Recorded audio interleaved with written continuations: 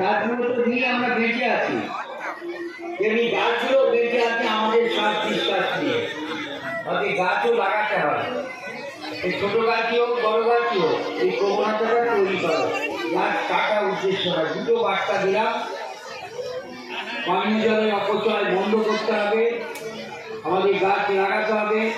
আমাদের এলাকার জলাশয়গুলোকে যদি ঠিক মতো রক্ষণা করতে পারি, তাহলে একদিকে মাছ চাষ হবে, একদিকে সৌন্দর্যায়ন হবে, কৃষক জল সেচের সুযোগ পাবে, আমাদের এলাকা সেজে উঠবে না। আর 6টা মাস সময় দাও, এরপর মুড়িগঙ্গায় করবো।